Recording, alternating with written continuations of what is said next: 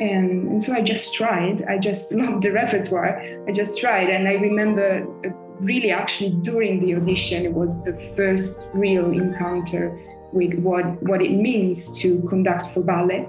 And Paul Murphy was very nice because we had a little bit of time before the final round in the studio with the dancers. And he explained to us a little bit of what to look for, what to do when the dancers are in the studio. And I thought it was extremely interesting, and I immediately liked it, honestly. But Charlotte, it's so lovely to meet you here on Zoom. Very nice to meet you too. Yeah, and you're in Birmingham. No, actually I'm in London now. I live in London. And when I need to go to Birmingham for work, then I'm based there with the ballet or with the CBSO, because I also got that assistantship recently. So sometimes I'm there also for City of Birmingham Symphony Orchestra. Okay. So, but initially you came from America. Did you live in Michigan? Or you studied in Michigan? I only studied in Michigan. I was there for 2 years, but originally I'm from Florence. I was born in Paris, actually. It's a bit complicated. Okay. That's interesting.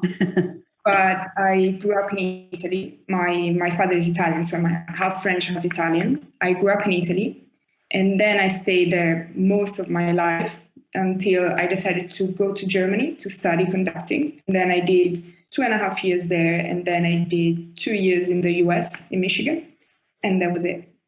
Oh, I see. Okay. And this is a fellowship, the Lambert Fellowship, that you are busy with. And tell me, how did that came about?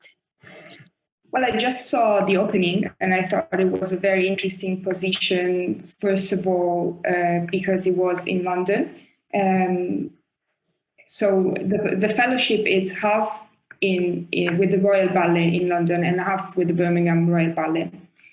And I thought it was a really interesting position. I just decided to apply, and I was lucky enough to win that audition, which was also very lucky because it was just before the first lockdown, 2020. And it was really like March 12th, 2020. And I was supposed to start September 2020. Then, unfortunately, it wasn't possible because the activity wasn't like the regular activity of the Opera House and the Birmingham Royal Ballet. So they decided to postpone it 1 year. But I was lucky enough that I just had to wait a year, and then I could start September 21. So now I'm finishing my first season with them. Okay. Well, isn't it wonderful? Because this sounds for me very typical to what many artists said to me during the lockdown was, it was something like, I just had this wonderful project coming up and then it was lockdown. And we hear you also talking about this, just this happened. But how wonderful that you could then go in the end and do it. Exactly. Yeah. Now, what was it about this fellowship? You said that it looked interesting because you're working really with two great companies and you're working in ballet conducting. Yes. Well, the thing is that as many other musicians or conductors, I didn't know much about ballet before. Of course, I knew the repertoire, the musical repertoire. Of course, when the repertoire that we know is probably the most beautiful that there is in ballet, because everybody knows the suites by Tchaikovsky and Prokofiev, of course. But I had no idea about all the other musical repertoire that there is typical for ballet. But the audition, for example, the audition repertoire was wonderful. I didn't have much time to prepare, which was a little bit of a surprise, but I was so happy to study the music because really it's one of my favorite part of the repertoire to study. So we had Rite of Spring, Daphnis et Chloé, and Tchaikovsky, of course, Sleeping Beauty, and Swan Lake. And that repertoire, I really love it. I really enjoy the music so much. But during musical studies, we don't have a chance to interrupt very much with dances in general. We don't know really what is that about.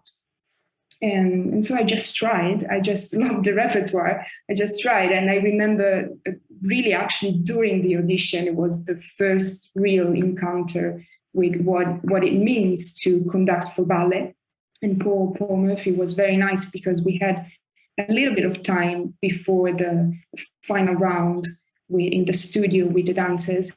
And he explained to us a little bit of what to look for, what to do when the dancers are in the studio. And I thought it was extremely interesting. And I immediately liked it, honestly. And from then, I am still learning more and more every day that I'm in the studio. I learn more about how to conduct for dance.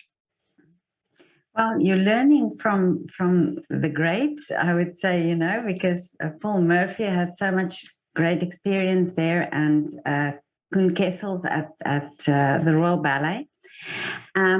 So you are now in between the two companies. So how does that work then?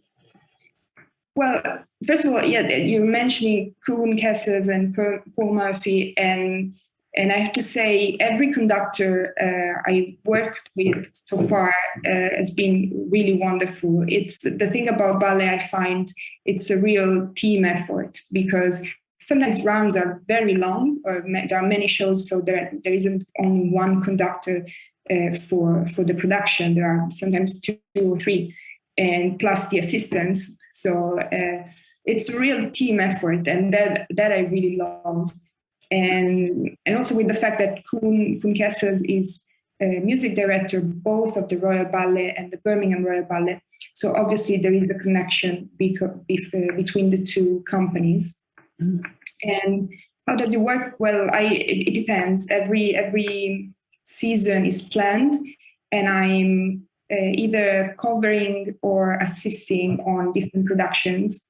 And the difference is that in London, I'm basically only covering, assisting on guest conductors or staff conductors such as Koen or Johnny Lowe. But in Birmingham, I also get the opportunity to conduct my own small production, which is called First Steps. And it's a production for kids, for families. And usually it's like if they are doing Swan Lake, for example, as the main production of that period, then I'll do the baby production of Swan Lake, which is an easy 1-hour show with the presenter, with someone explaining to the kids a little bit about the dance and the action. And it's really nice opportunity to have the opportunity really to conduct the same great music, but in a smaller version.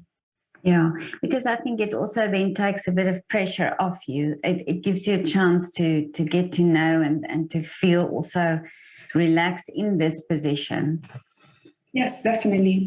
It's I think it's very carefully thought to how to give me the opportunities, but not putting me in positions where it could be difficult for me. I think everything is coming at the right pace. I didn't do much for the first 3 months. I only really was there to observe, to understand how the production is made. And then slowly I started to conduct, and everything feels like at the right time, which is very nice. Mm-hmm. Well, I think this is wonderful because it's like you say, that observing, that time observing is also so important, to also get you into that right mindset, and for you to not just understand what is happening, but also for you to put yourself into that position, to mentally put yourself into that position. Yeah, absolutely. Mm-hmm. It's as I said, the pace, I think it's very nice and very well thought. Yeah. So how long is this fellowship, the time of this fellowship? The fellowship is 2 years or 2 seasons. I started September 21 and I'll finish July 23. So now I'm at the end of my first season. I still have a few shows in Birmingham, which I'm conducting. And then I'll have my summer break, and then I'm ready for next season. And hopefully I'll have a little bit more of work compared to last year, meaning, for example, I'll get to conduct a few nutcrackers in Birmingham, and I'll have a little bit more responsibilities. Okay. But now tell me, where did the love for conducting come from? What was the inspiration for you? Well, I think I always loved being in the orchestra. I loved the orchestra in general, the atmosphere, the music that was played. And I started with the cello when I was little. And so I always played in youth orchestras and children orchestras.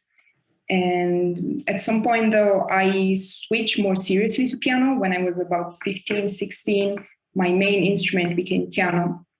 But I still loved the orchestra above all, really. I loved the repertoire, the music, the atmosphere, everything about the orchestra. And so, yeah, for a few years, I was very serious about piano. But then I realized that wasn't really it. And for me, it was really the orchestra, the music that came from that instrument. That's what really fascinated me. And yeah, I think the only way at that point was to go into conducting. It just happened for me. It didn't. There wasn't really a moment where I said, "Okay, I'm going to be a conductor." It just slowly happened. Well, I find it fascinating that many pianists or many conductors started from piano, or the piano was somewhere along in their journey. So yeah, that's very interesting. And you say the cello as well. Yes, well, I think it's important for a conductor to at least have an experience with an instrument that is in the orchestra, to know what it feels like to be in the orchestra. And it's very useful, of course, to have a little bit of experience with string instruments, because they're very crucial when you prepare scores. It's very important to have a little bit of conscious of what is their technique. But at the same time, the piano is the instrument that gives you the most, the bigger picture.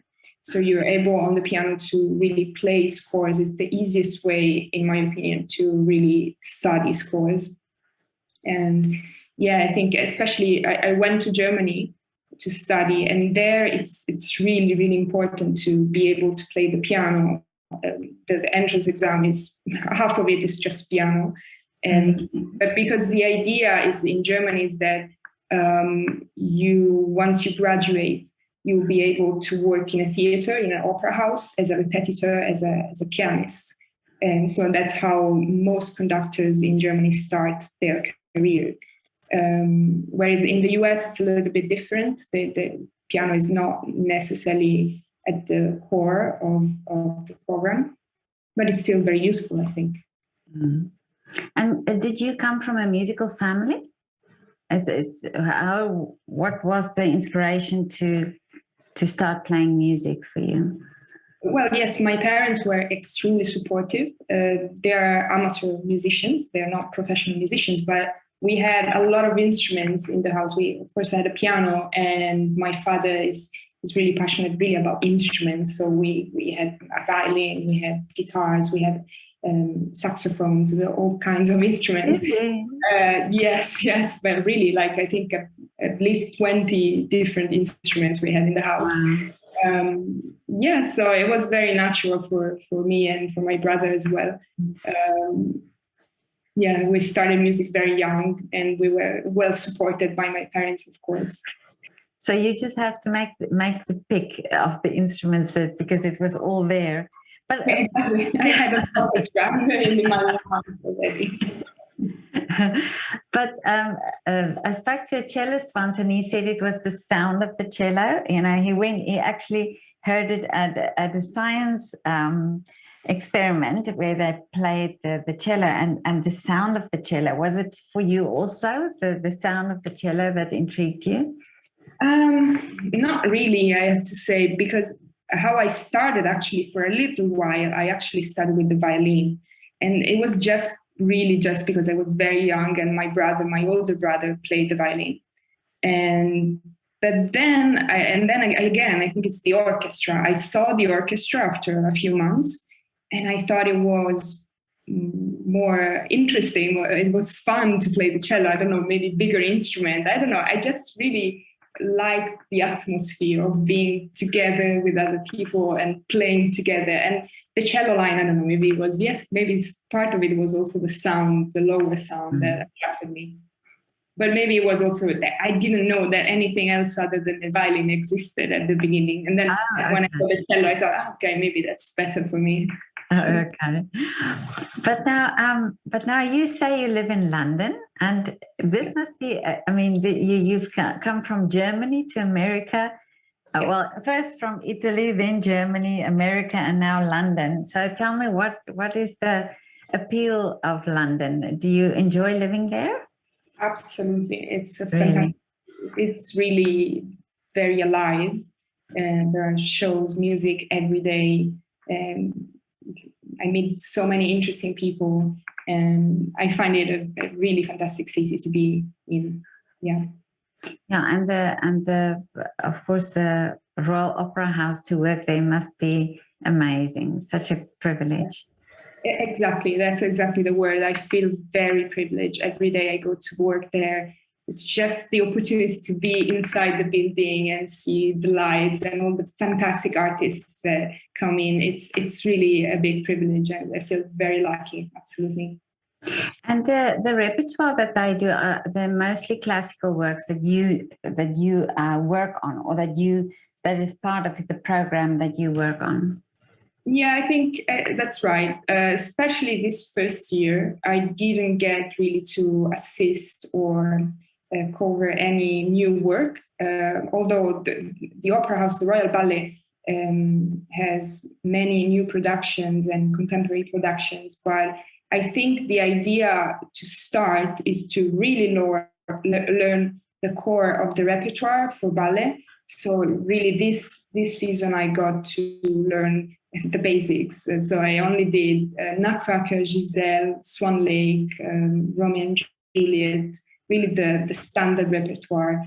But it's a really good start. And of course, the thing is that doors are always open. So I got to see a little bit of this new production, like Butter for Chocolate, and I of course I can go see what else is going on.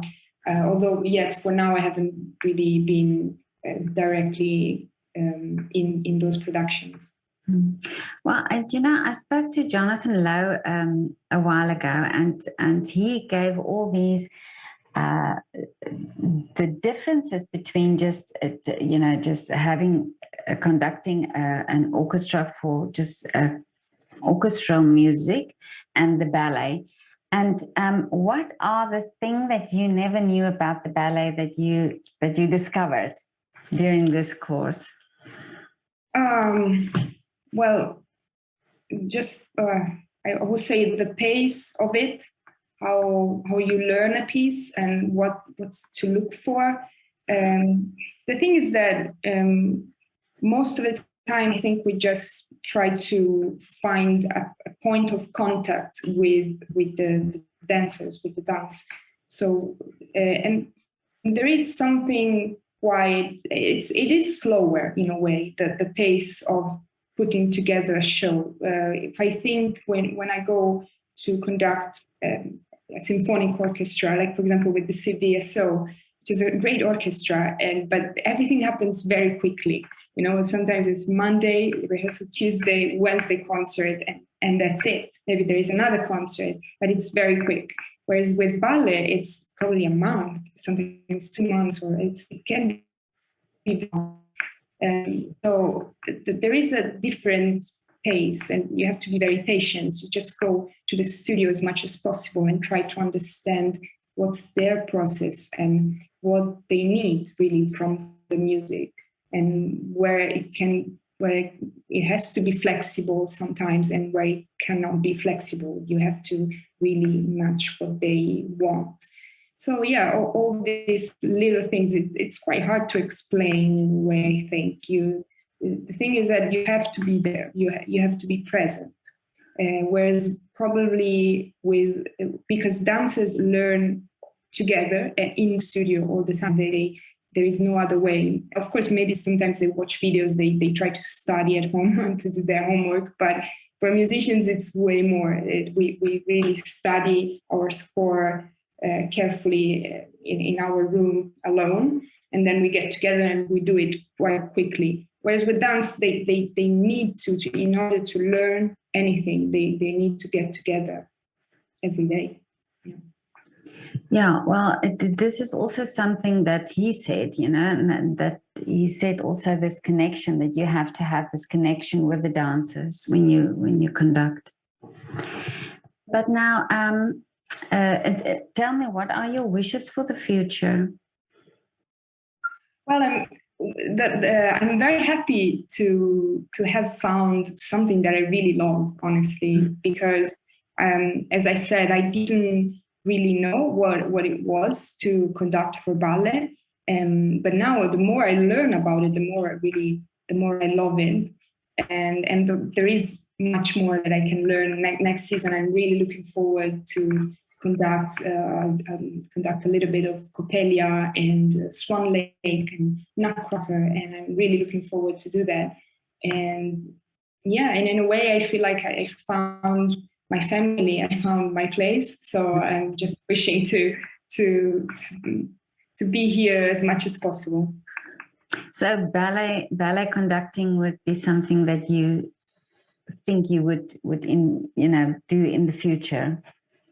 Yes, absolutely. Of course, there are, as I was saying, that I'm also assisting CBSO, and I'm hoping to do more of other symphonic works because it's very artistically rewarding. Like, for example, next month I'm conducting the Orchestre Nationale de Metz, and I'm doing, for example, Symphonie Fantastique and Firebird Suite, and that repertoire, it's extremely rewarding, especially when you're conducting a very good orchestra. So I'm hoping to continue to do that as well. But ballet, it's something that I can see myself for the future, definitely. Mm-hmm. Well, it's interesting for me that you said that, when you first heard the music, even then you got this excitement and you could feel it. And I think this sometimes it's almost that sign that this is something for you. This is something that you would be good at or are good at, if you get that feeling already. Absolutely. Yeah, exactly. If you wake up in the morning and you're really excited about going to your job, it's a good sign for sure. Yeah, definitely. But now, Charlotte, I just have one more question for you. And can you do a shout out for your favorite restaurant or coffee shop there in London? Where do you enjoy going for coffee? It's such a big city. It's hard to choose. But I live here near Finsbury Park, which is a really nice area actually, and also Stoke Newington. It's really nice. Now I'm blanking actually. In London, I don't know. Just come to Covent Garden, just walk around, you'll find everything. London, it's so amazing. You find everything, really. If you go, and that's why I'm very happy also as an Italian. You can have a very good pizza, you can have a very good French restaurant, you really find everything. Yeah, but where, according to you, is the best pizza you've had in London? I have to say that there is one, it's called, I think, Mamma Lucia. And they have very good pizza. I was very impressed. Exactly like in Italy. Oh, really? Okay. Yeah, this question seems to be a difficult question for people to answer, the shout out, where's their favorite, because some people have so many favorite places they can't name one. Right. No, it's very hard. Yeah. Prepare. Now on the spot, it's really hard to think about it. Yeah, sorry. Yeah. Have you had a snog yet? The ice cream there in Covent Garden, there's an ice cream place called Snog. Right. Okay. Good to know, because you see, I had this question for months for Kuhn Kessels, because when I started back in September, we had ice cream together and it was really good, and it was his idea to go there.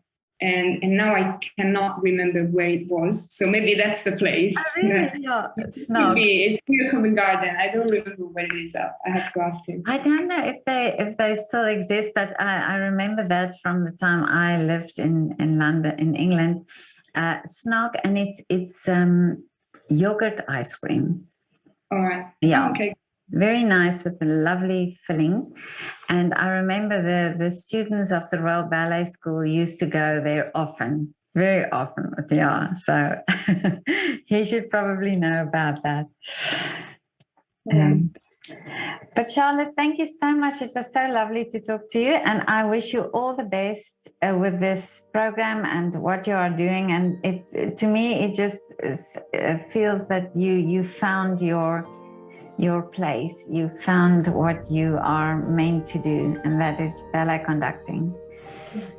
Thank you very much for having me. It was good to talk to you. So have a lovely afternoon. You too. Okay, thank you. Thank you.